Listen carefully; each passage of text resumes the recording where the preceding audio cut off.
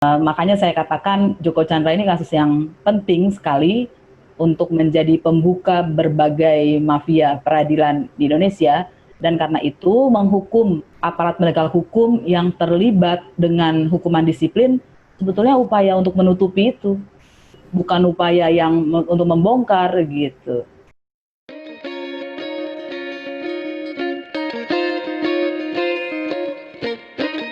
Halo para penonton Tagar TV, terima kasih sudah bersedia untuk tetap setia menonton bincang-bincang kami dengan berbagai narasumber dengan topik yang sedang hangat maupun trending di internet maupun di media sosial.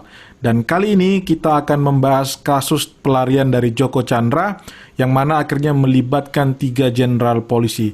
Kami sangat beruntung bisa mengundang salah seorang tokoh di bidang hukum, yaitu Ketua Umum Yayasan Lembaga Bantuan Hukum Indonesia, Ibu Asfinawati. Halo Mbak Asfina, apa kabar?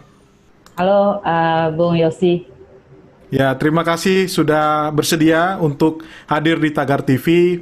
Mungkin kita mulai tentang diskusi awal. Sebenarnya gimana ini sengkarut dari pelarian dari Joko Chandra hingga saat ini?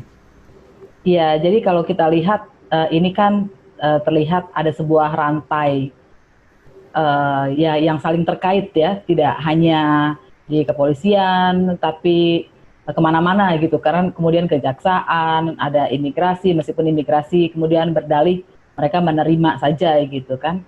Ya. Dan saya malah melihat jangan-jangan ini bukan kasus yang pertama atau bukan kasus satu-satunya. Ada kemungkinan berarti buron-buron lain yang tidak ketahuan mengikuti pola seperti ini, begitu. Oke, kalau menurut Mbak Asfi sendiri, kenapa itu sangat susah untuk ditangkap? Iya, jadi kan kalau kita lihat memang yang terlibat adalah penegak hukum, yang ditangkap ini Joko Chandranya maksudnya, atau Joko Chandranya dan tadi kasus-kasus yang lain itu? iya. Jadi kalau kita lihat dari kasus Joko Chandra, maka ini sebuah prototipe menurut saya ya, sebuah model bahwa penegak hukum ternyata terlibat di dalam meloloskan terpidana atau tersangka gitu ya, atau terdakwa di setiap tahapnya, dan akhirnya jadi sulit memang karena mereka yang punya otoritas. Mereka juga kalau yang terlibat ini kan sudah tinggi ya, mereka mengkoordinasikan dan pasti ditakuti, dihormati gitu, dan jadi masuk akal selama ini menurut saya bagus sekali kalau sini terungkap, kita jadi tahu bahwa modelnya tuh begini gitu. Ini kan selama ini kan sudah diketahui tapi rumor ya, gitu ya artinya, atau sulit untuk dibuktikan, dan ini buktinya semua datang ke depan mata kita. Oke Mbak, berarti Mbak semenjak ini kan kasusnya Joko Chandra udah lama ya Mbak? Ya. Artinya bahwa dari tahun 99, kalau dari pernyataan Mbak Aswin tadi, apakah bisa kita katakan bahwa Joko Chandra ini sebenarnya dilindungi oleh Polri? Ya, kalau kita lihat dia dilindungi ya, memang dilindungi dan bisa keluar, bisa bebas kan karena perlindungan itu. Ya. Gitu. Itu kan susah sekali untuk dibantah dengan dan Polri sebetulnya sudah menghukum juga, meskipun sayangnya hanya secara administratif ya, beberapa orang yang terlibat. Oke, Mbak, kalau so far yang diperiksa itu kan sekarang 3 jenderal ya? Ya. Dan posisi paling tinggi itu adalah Kepala Interpol, Irjen Napoleon Bonaparte. Kalau menurut Mbak Aswin sendiri, apakah benar selevel bintang 2 itu bisa sampai istilahnya mastermind dari semua ini, Mbak? Iya, itu. Jadi begini, ketika kasus ini diperiksa hanya secara etik atau secara disiplin ya, di dalam tubuh Polri, itu ada masalah tersendiri. Harusnya kan yang dijalankan adalah proses pidananya. Dalam proses pidana, maka ada kewajiban orang-orang ini untuk menjawab secara benar, karena kalau tidak ada ancaman pidana yang lain. Dan kalau kita melihat struktur di Polri, Undang-Undang Polri kan mengatakan Polri itu suatu kesatuan dalam menjalankan tugasnya, gitu. Itu yang sering kemudian diartikan secara menyimpang sebagai semangat korps, tapi satu kesatuan ini memang juga menunjukkan ada jenjang ya. Jadi misalnya kalau orang-orang yang biasa mendampingi akan tahu pada satu titik perintah atasan itu tidak bisa diganggu gugat. Jadi yang menentukan bukan orang yang berhadapan dengan kita. Nah, untuk menjawab pertanyaan Mas Yosi tadi itu sangat relevan untuk melihatnya. Tapi syaratnya menurut saya harus ada penyidikan, dan penyidikannya tidak bisa oleh Polri gitu, karena ada kemungkinan dia akan naik terus. Baik yang sudah pensiun misalnya karena kasusnya sudah lama ya, ataupun yang masih ada kita tidak tahu karena itu oleh siapa gitu. Sebetulnya ada KPK. KPK itu fungsi utamanya pertama itu yang disebut dalam undang-undang adalah menyidik korupsi oleh penegak hukum, baru penyelenggara negara. Yang aneh kan sekarang lebih banyak penyelenggara negaranya, penegak hukumnya sedikit. Dan dalam kasus ini harusnya KPK segera melakukan penyelidikan. Tapi kalau kita bicara KPK mungkin ya masyarakat ini kita sebagai awam ya Mbak, karena kan pernah kasus cicak buaya dulu ya. Betul. Kalau bicara KPK untuk memeriksa sampai ke institusi Polri sesuatu yang mustahil ya, karena pasti akan balik lagi kembali seperti situasi yang di tahun-tahun sebelumnya ya Mbak. Ya, ini menarik sekali, betul. Selain mungkin akan terjadi cicak buaya 1 hingga 4 yang selalu melibatkan kasus Polri di KPK gitu ya, kan selalu dimulai dengan itu. Tapi yang lebih parah dari itu, sekarang ketua KPK adalah Polri. Dia belum mengundurkan diri, gitu. Sehingga di dalam sebagai pimpinan KPK, dia sebetulnya juga adalah anggota Polri yang tunduk pada Kapolri. Ya, jadi makanya saya katakan tadi seharusnya KPK masuk di dalam kasus ini, seharusnya, karena saya mau mengatakan sebetulnya implisit situasi penegakan hukum saat ini memang disetting agar kasus-kasus semacam ini tidak akan kemana-mana, tidak akan pergi terlalu jauh daripada aktor lapangan atau aktor yang sudah kebetulan terlihat dengan kasat mata begitu. Iya, ya artinya kan KPK Pak Firly kan bintang 3 ya Mbak ya. Ya, Sementara Kapolri bintang 4. Sementara kita tahu kalau institusi seperti Polri, TNI gitu kan ada namanya hierarki ya, nggak akan mungkin bintang 3 dalam tanda kutip berani memeriksa bintang 4 lah, kurang lebih seperti itu, kecuali memang ada support dari bintang yang lebih tinggi lagi, which is nggak mungkin ya. Harusnya dalam hal ini mungkin presiden mungkin ya gitu ya. ya, betul, betul. Memang kuncinya itu, tapi sebetulnya Mas Yosi sudah mengatakan hal yang penting. Kuncinya pada presiden gitu. Secara teori kan seharusnya seorang penegak hukum independen, tapi secara kenyataan ya kita tahu itu kan cuma angan-angan belaka begitu ya. Jadi bagaimana bisa membuat bintang 3 berani kepada atasannya, ya yang lebih atas lagi yaitu presiden gitu. Jadi memang kalau tanpa komitmen politik pemerintah khususnya presiden ya tidak akan mungkin memang. Oke. Mbak, tapi kan kalau dipikir kan 3 jenderal ya, 2 bintang 1 dan 1 bintang 1 irjen tadi Pak Napoleon gitu ya. Itu kan petinggi ya Mbak, istilahnya perwira tinggi gitu kan. Masyarakat secara awam kan akhirnya melihat dulu sempat di zaman Pak Tito itu mulai tuh dikampanyekan, berusaha untuk bagaimana Polri ini bisa lebih baik di mata masyarakat, di mata publik. Tapi sekarang dengan kejadian ini, apalagi ini melibatkan bintang 3 nih Mbak, bintang 2 nih Mbak, dan 3 orang jenderal, itu kan merusak banget ya. Kembali citra itu kayak langsung drop lagi. Orang jadi kayak melihatnya lagi seperti ya mungkin bisa dibilang kembali ke level yang lebih rendah lagi bahkan dari sebelumnya. Gimana menurut Mbak Asvin tentang ini? Iya, jadi memang reformasi Polri itu pasang surut ya. Kalau dalam catatan kami sebetulnya pernah ada sebuah upaya, meskipun mungkin lebih tertulis gitu, memperbaiki Polri misalnya dengan mengeluarkan peraturan Kapolri tentang penggunaan hak asasi manusia dalam penanganan kepolisian. Dalam catatan kami, malah dalam masa sesudah itu, sejak 2014, ada banyak masalah di tubuh Polri, khususnya dalam merespon aksi-aksi masyarakat, aksi demonstrasi damai masyarakat gitu ya. Dan ini sebetulnya menunjukkan ya betul sekali bahwa pasang surut ini ya nggak pernah betul-betul berhasil mereformasi Polri. Ini berarti ada sesuatu yang salah secara struktural. Sehingga saya bisa katakan mau siapapun Kapolrinya ya akan begini-begini saja gitu ya.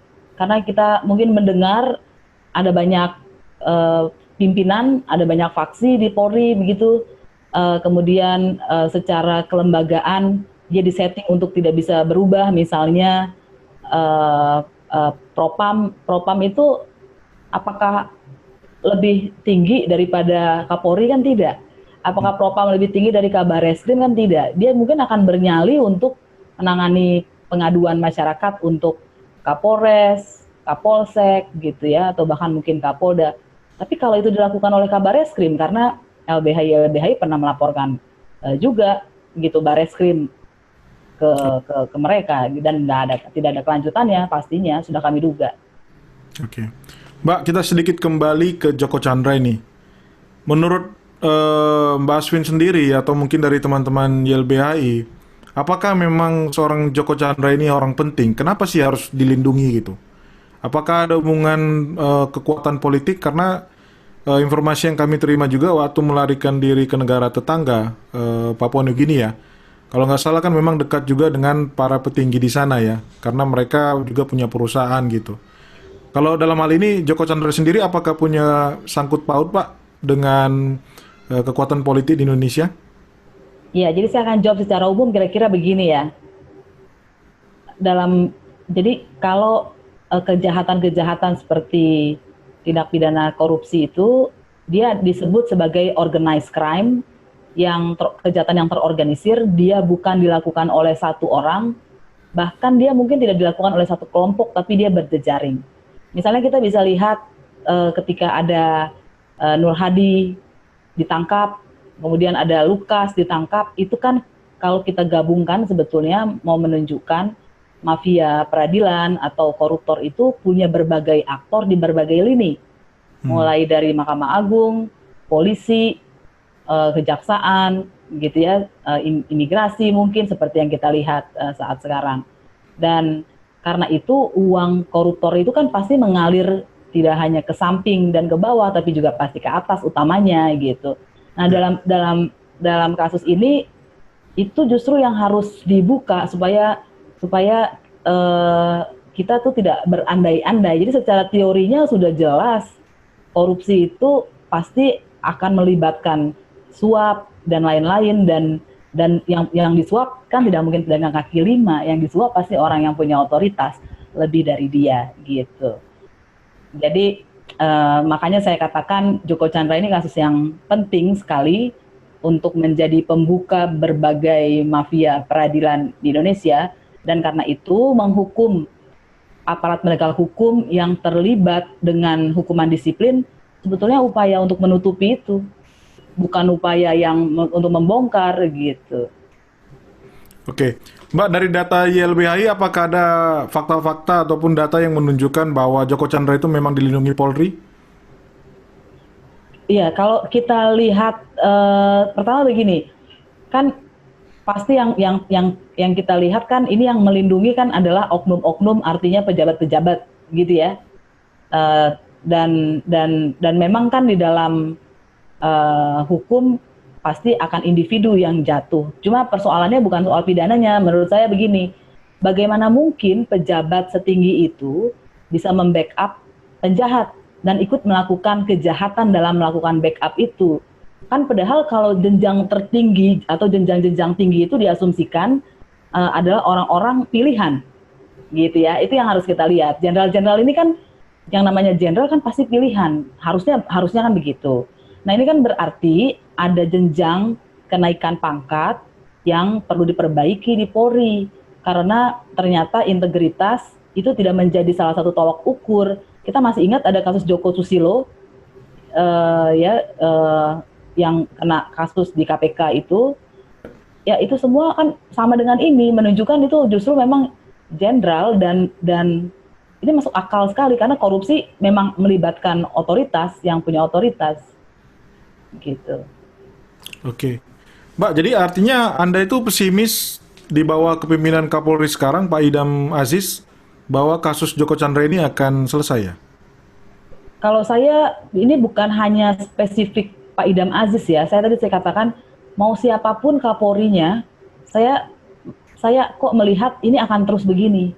Karena persoalannya ini bukan hanya ganti Kapolri, bukan. Persoalannya ini ada nggak pengawas eksternal yang kredibel ya untuk Polri gitu. Apakah Kompolnas sudah kredibel? Terbukti enggak, kok kasusnya terus-terusan ada dan terbukti tidak juga, karena kalau kita lihat laporan di Ombudsman, laporan di Komnas HAM, cek itu selama 5 tahun atau bahkan lebih lama lagi, Polri selalu menjadi 3 besar yang diadukan, yang paling banyak diadukan masyarakat di lembaga-lembaga itu, termasuk kasus-kasus di LBH juga banyak menyangkut Polri. Tinggal kasusnya apa saja tuh kan tergantung pengaduan ya. Kalau Komnas HAM pasti pelanggaran HAM, kalau Ombudsman tentang pelayanan publik. Nah, jadi memang kalau ini harusnya Presiden yang harus turun tangan, baik untuk kasus Joko Chandra, meminta ada penyidikan, dan meskipun sebetulnya itu dilema gitu ya, karena begitu Polri yang menyidik, ya dia menyidik teman-temannya sendiri itu, padahal ada kemungkinan masih ada yang lain yang terlibat di tubuh Polri gitu. Tapi setidaknya harus ada komitmen dari Presiden untuk melakukan penyidikan pidana untuk kasus orang-orang yang terlibat, penegak hukum Polri yang terlibat dalam kasus Joko Chandra. Dan yang kedua, melakukan pembenahan struktural, sistemik kepada Polri gitu. Karena sayangnya di atas Kapolri nggak ada menteri gitu. Jadi langsung Presiden, ini yang menurut saya karena itu tanggung jawab dan kewajiban Presiden jadi besar sekali. Oke, kalau dari Mbak Aswin sendiri atau dari YLBH itu melihat, lalu bagaimana dong solusinya supaya Kapolri ini bisa bersih? Karena menurut saya juga namanya organisasi kan Mbak, tidak mudah juga untuk benar-benar dipastikan kan? Karena kalau memang tadi pernyataan dari Mbak Aswin menyatakan siapapun Kapolrinya, kasus Joko Chandra ini nggak akan selesai, berarti harus mengganti semua dong Mbak, itu gimana? Iya, sebetulnya kalau dari teorinya harus ada pengawasan internal yang kuat, pengawasan eksternal untuk menambal pengawasan internal yang pasti nggak akan mungkin itu.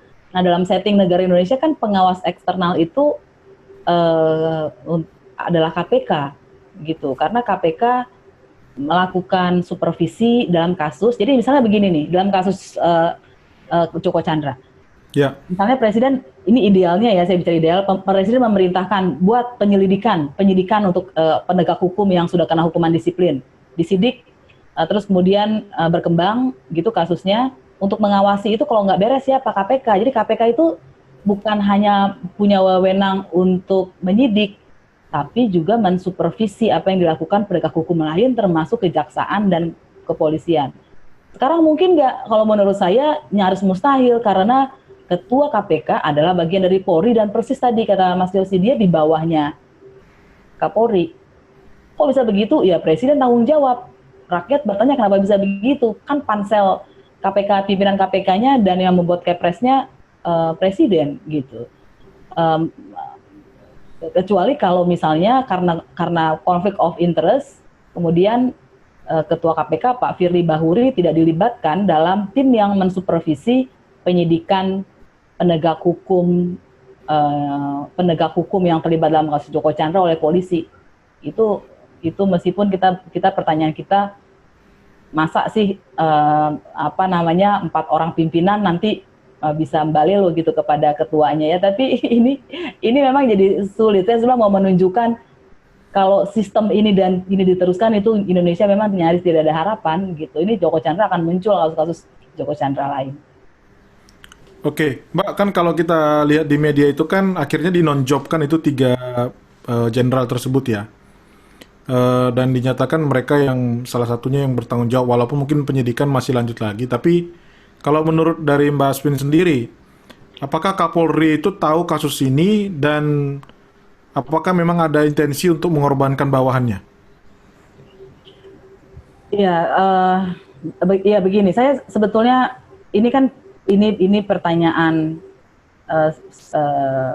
yang sangat masuk akal, tapi tanpa data akan menjadi jawaban yang spekulatif gitu. Karena itu kemungkinannya selalu ada, termasuk juga kemungkinan tidak gitu. Karena itu supaya publik tidak bertanya-tanya bagaimana, ya harus ada penyidikan.